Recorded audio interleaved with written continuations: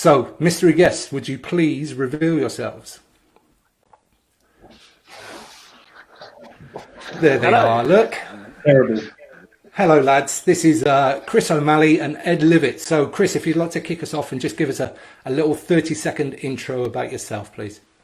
Yeah, so for those who don't know me, I am Chris O'Malley. I currently, although not that currently, play predominantly tight head for Old Colfeians first 15. Been playing that now for the best part of a decade. First met Tim when I was an 18-year-old trying to cut my teeth in men's rugby, and he was making a triumphant return for Old Colfeians. And some would say it's been the best decade of my life. Oh, Some would. Lovely. Eddie, over to you. I'm Ed. I am a waterman and linesman at River Thames, as well as a very keen amateur rugby player. Similar to Chris, been playing for over 10 years down at Old Colfeians. I've played pretty much every position in the back line to a particularly average standard, and I'm hopefully looking forward to getting back to playing rugby. Yeah, good man. Okay, the hot topic we're talking about today, or going to be talking about, is this proposed amended game from the RFU to hopefully get grassroots clubs back playing. But before we get onto that, let's talk a little bit briefly about how we got to this point in terms of rugby during the COVID era. So to start off with, what's training been like? How did training start, and what were your experiences? So, Tim, if I may, I'd actually like to just bring up at the very inception of the COVID ban, because I'm sure you're aware that Old Colfeians were due to play in a national semi-final cup after winning our London region. We were due to take a trip down to southwest of England, I believe, and that got cancelled along with the season, and was our first flirtation with what would become quite a long and arduous road with this COVID. So really our journey with this started way back in March, and ever since. When did we start training again? Normal pre-season, so it was June, July. July was the start. And then it was pretty tentative and no one really sure what we could do. So the coach came out with these, when you go swimming, you have those big foam things that you sit on and you float. We had those, and we were using those to make tackles because everyone was so unsure whether you could even touch each other. Luckily, it's moved on since then, but it's still pretty awkward. Yeah, so obviously we were hamstrung by what the government and the RFU were allowing us to do. So at first, we weren't allowed really to be anywhere near each other. So that involved mainly running sessions, which no one enjoyed, I'm sure. But once they gave us the go-ahead for, I think it was introduced with small group, so sixes. That's the magic number, isn't it? 6 aside, sort of sharing one ball, something like that. And that's how the first sort of rugby that we did was after maybe, I want to say, 2 months of just running. Was, controlled, small group, skill-based training game. Again, not really the most fun thing in the world, but all we were really able to do. Yeah, so just looking at your faces and the way you're talking about that, it sounds like it wasn't particularly enjoyable. Like, were there good numbers there? Was it a good atmosphere? Were people just happy to see each other as much as anything? Yeah, I'd say there was very good numbers. There was too many people where the coaches unfortunately didn't know what to do because we were trying to socially distance, and we had 40 people trying to get a run around. And everyone was so keen to be there because everyone had been bored for months doing nothing. I felt for the coaches for the whole time because they've had to be so creative with what we could do. And at that time, we was filled with a bit of false hope. So we was thinking, oh, we're going to play, it'll be okay. But only until recently, when it hasn't, when the news come out that we're not playing, has that hope died? And then it's, so to be honest, it wasn't, although it was hard, it wasn't dire. Yeah. No, okay. Just normally with pre-season, when you're slogging it out in the sun and the sweat, you've got that, the season's 2 months away or however long. So that's what gets you through it. But it was the uncertainty around everything that made it particularly, not boring, but less fun than normal pre-season. Yeah, for sure. But there was some competitive rugby in the form of this Ready for Rugby format, which I believe was essentially a 10-a-side 2-touch game, if I'm correct. And you guys had a few inter-club tournaments. What were they like? Were they good fun to play in? Was it good to play against other people? Or did it kind of feel like a little bit of a waste of time? Were they, Ed? Chris played more than me, but go on, Christoph. So when the first lockdown ended, we were allowed then to introduce touch elements, so your traditional touch rugby. That was then altered into a standardised set of rules, I believe, by the RFU, called this return to rugby game, which essentially is a form of touch rugby, but with a couple of extra rules thrown in. Now, that was certainly not particularly what I would consider fun, but I guess we were always stuck with what we were allowed to do now. And I actually think we did play, there's been 2 tournaments, what's the opposite?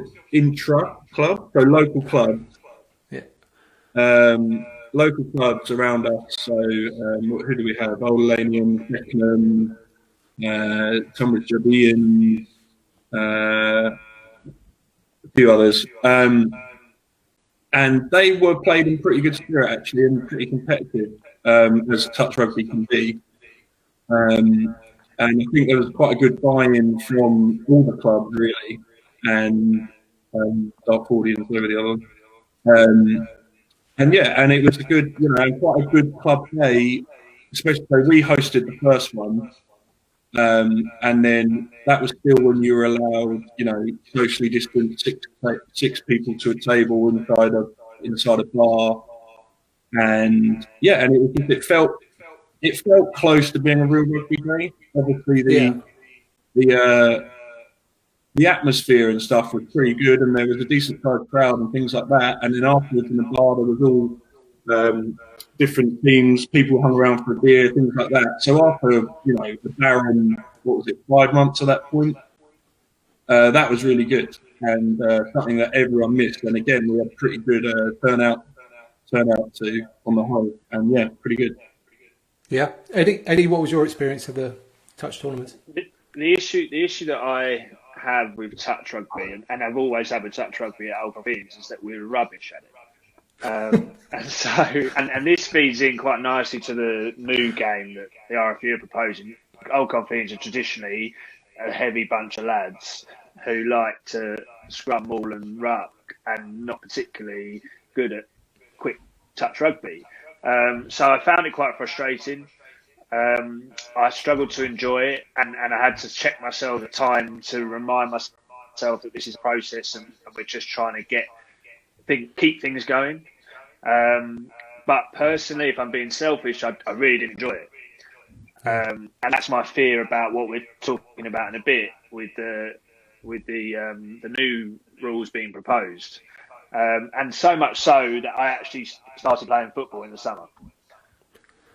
Because I wanted competitive sport. And for me, the Ready for Rugby wasn't rugby, and I could go and play football that was football. There's no changes, it was football. So, and this I guess is one of the big dangers, isn't it, for our sport in particular, that people want competitive sport and other sports are back playing that. It's definitely an issue, and I know lots of players are defecting, and the issue is that they might not come back. Now, Ed, I'm pretty sure that won't be the case for you, but have you seen other people at the club maybe leaving with the thought that they might not come back? Me and one other joined this football team, which is ironically plays at Old Colfeians, so that I'm not going far. But the one other potentially may not come back. I mean, he's been flaky before, and he'll won't be unhappy with me saying that. But there'll be certainly others that will just stop playing sport. And that happens after university normally, but this is like another barrier that I very much see when people stop playing because they got used to being healthy, not hurting, and a bit of money, more money in their pockets, they haven't been spending it down the bar. So, I think it's very realistic that that's going to happen.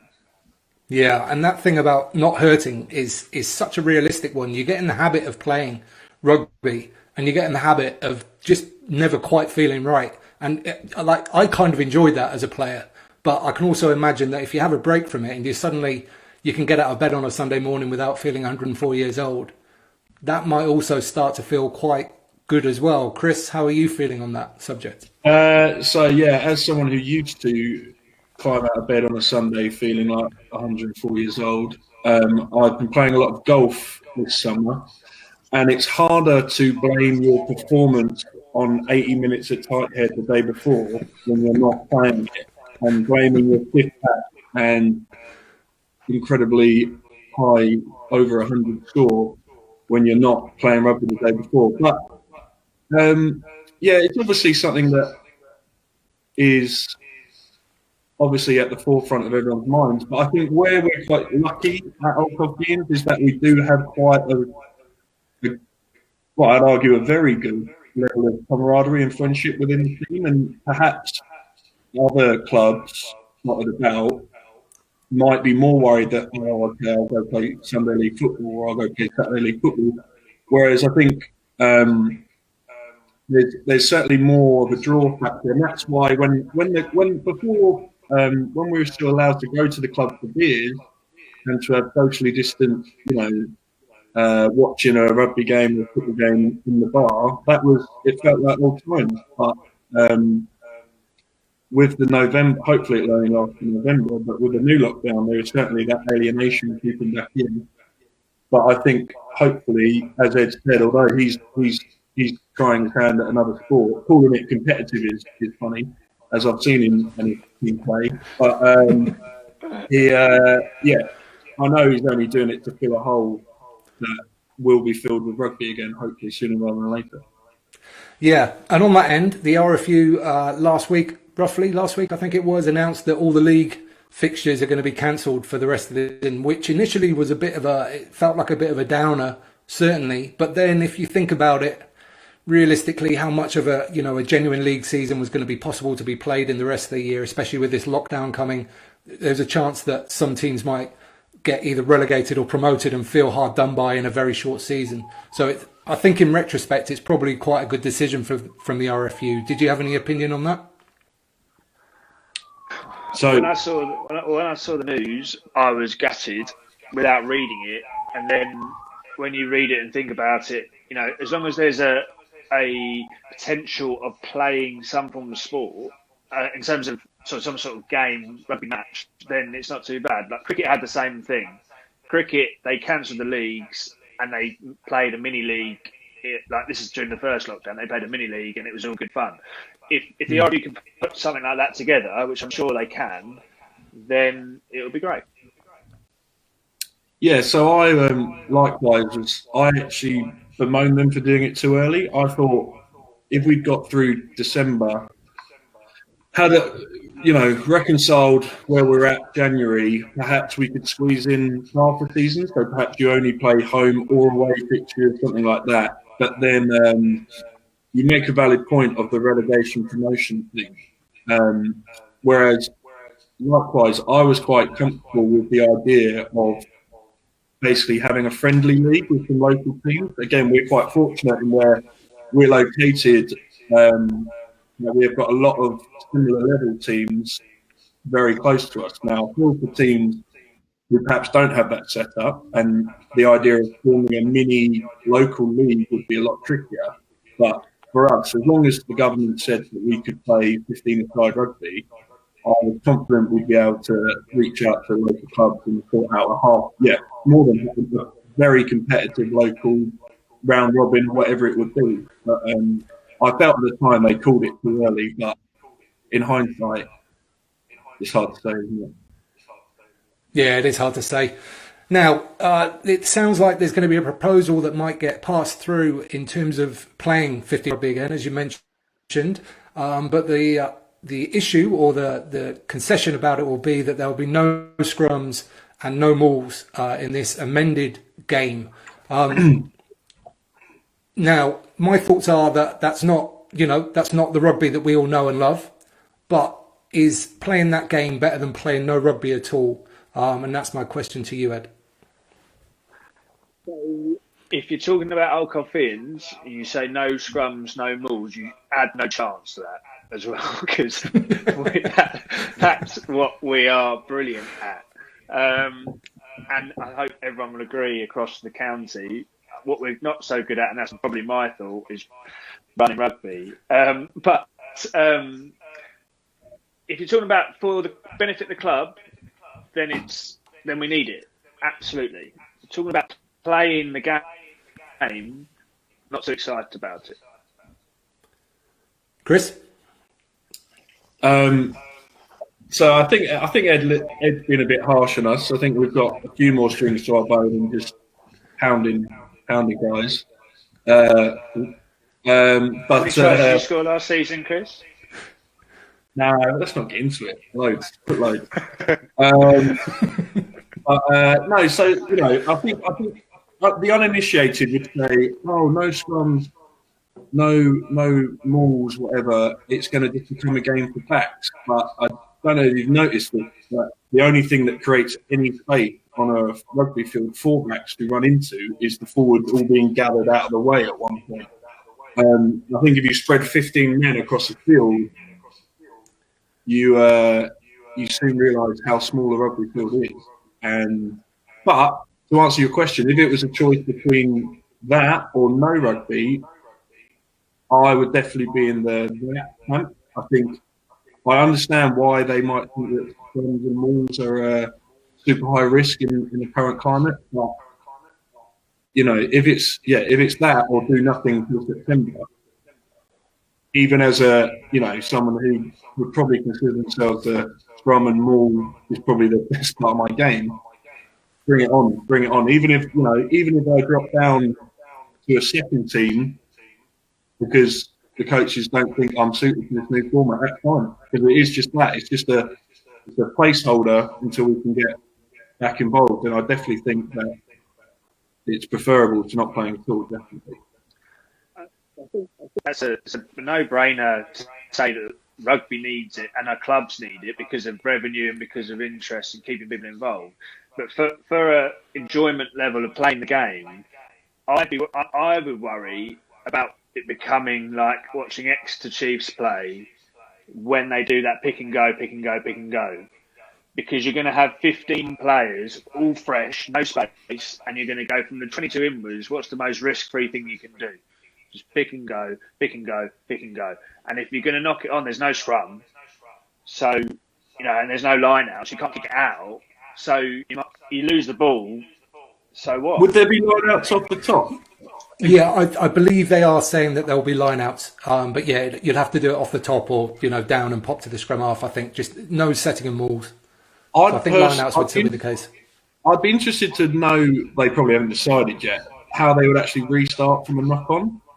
I'd kind of like the idea of maybe every knock-on is a kick to touch that you retain, so it becomes a lot more line-out orientated, just so there's space in the pitch. The idea of tapping and going after every knock-on, as Ed says, I think would become a congested mess, basically. Yeah, I think in the women's Premier 15s, I haven't seen any of the games actually, but I think they are playing a free kick for knock-ons, which must just be so rapid. Like in terms of I don't know. It must be, they're just a race to get over the gain line then. And you're right, there'll just be people all the way across the pitch.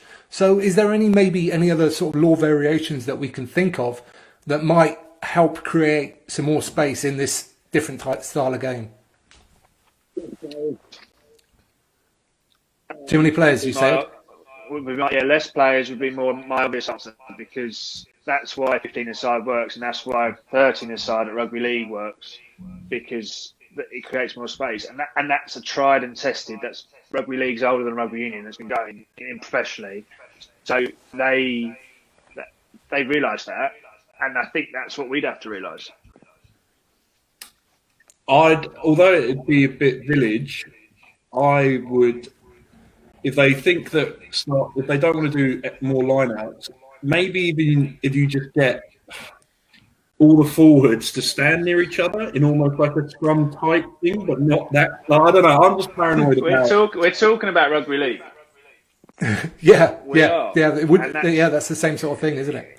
Yeah, and that's where it's going to go. You might as well just play rugby league, which is fine, but.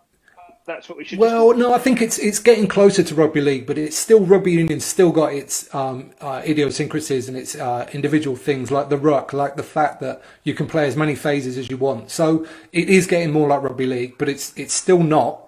Now, in terms of the front row forwards, there is a danger, I guess, similar to what you just said, Chris, a minute ago, that some coaches might decide to just not play any props in this new game. I personally think that all clubs should come to some kind of an agreement, or it should be in the rules somehow, that you always just pick your 15. If it is going to be 15 aside, you pick a traditional 15, including the props. Because there's a chance, if props aren't playing from now till September next year, that we lose a whole load of people there as well. Yeah, we might have to get fit. Could you imagine?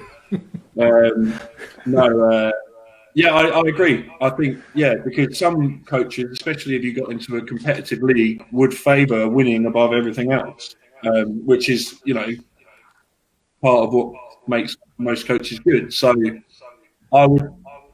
it would be hard to enforce, because how do you define who's a prop and who's not? You look at our prop Laddie, he doesn't look really like a prop. He looks like a bodybuilder. So he's from the new school. I'm very much from the other one. I think it's a good idea. And I think if there was that, written into the agreement, that you've got to have, reasonable, because otherwise you just pick 8 back rowers with your pack. And then you're right, you start going down the road of alienating people, and they get fed up with it and eventually stop playing. So it's a tricky one. Eddie, any thoughts on that? The way you got to at the end there, the whole point of playing again is to keep people playing.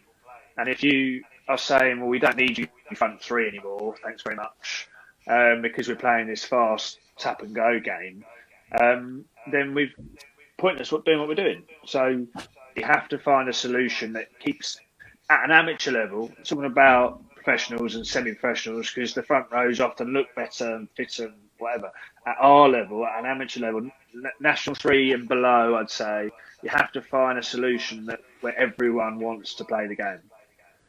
Yeah, now, of course, we are being slightly stereotypical. There's plenty of props who are fitter than players of any other positions as well in the game now. So, obviously, we are talking stereotypes.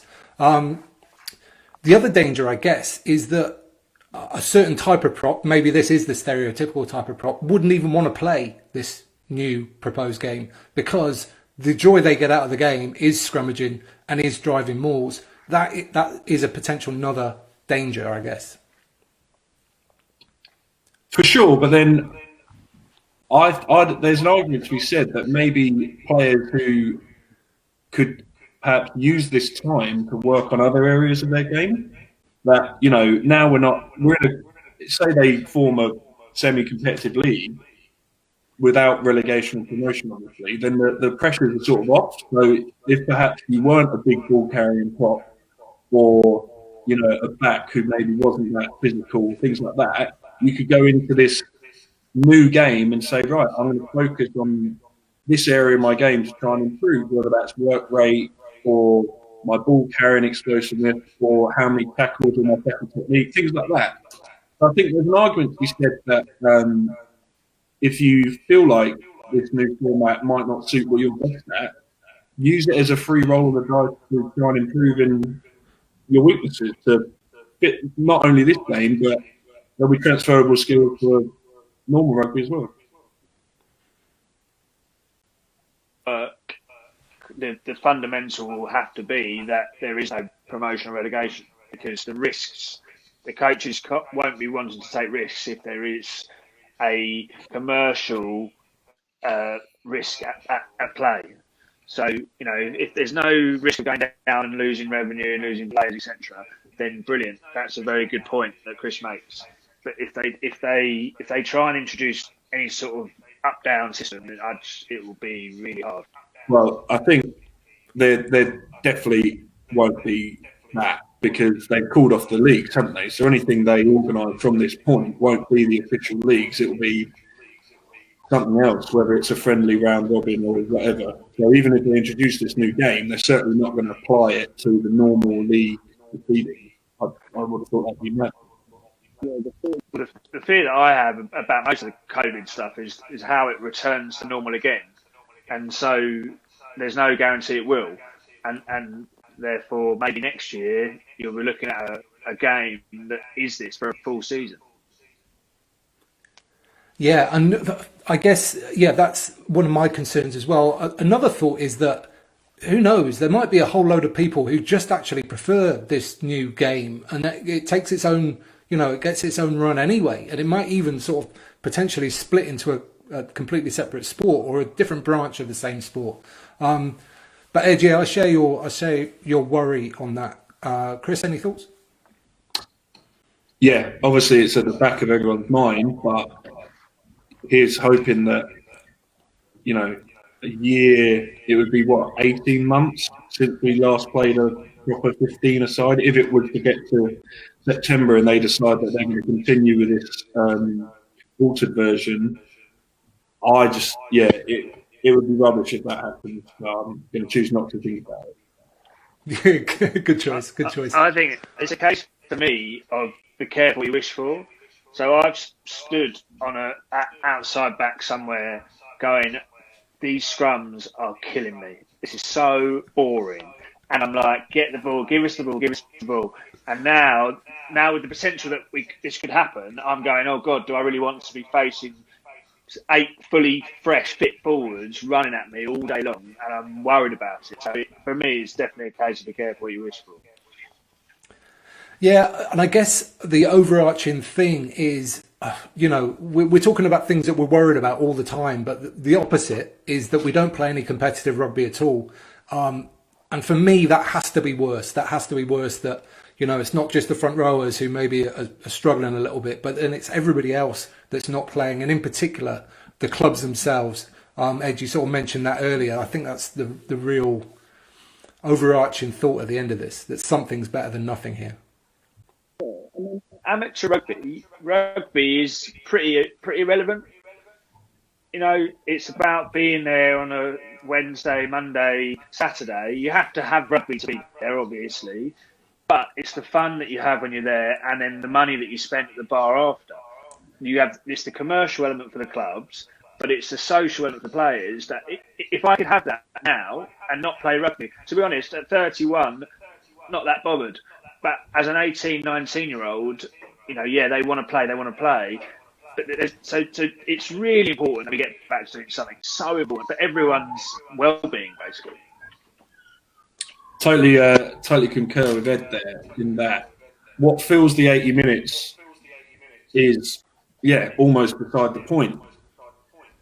Great to win, obviously. That's why we all do it. Great to play some lovely stuff and have fun on the field, but it's the change room afterwards. It's the night out. It's the coach journey. That's why I play rugby still, not necessarily because I enjoy getting my head back in for 80 minutes. But I totally agree with Ed that we're not the issue, me and Ed.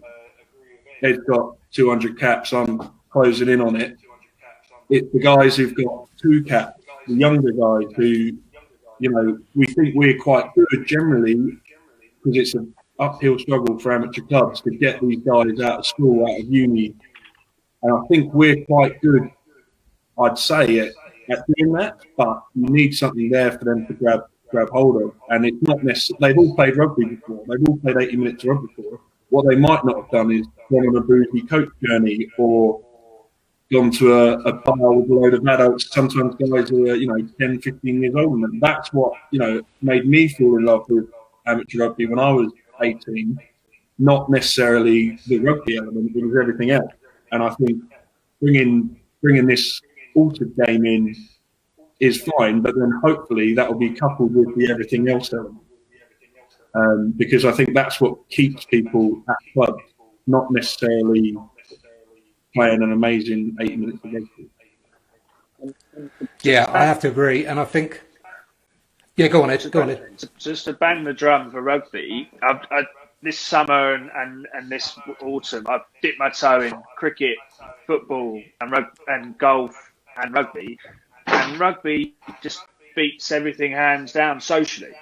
It's so much more progressed and enjoyable, and the clubs are friendlier, and it's just a much more enjoyable atmosphere as a sporting club from what I've experienced, and that's something that I just don't want to lose, basically.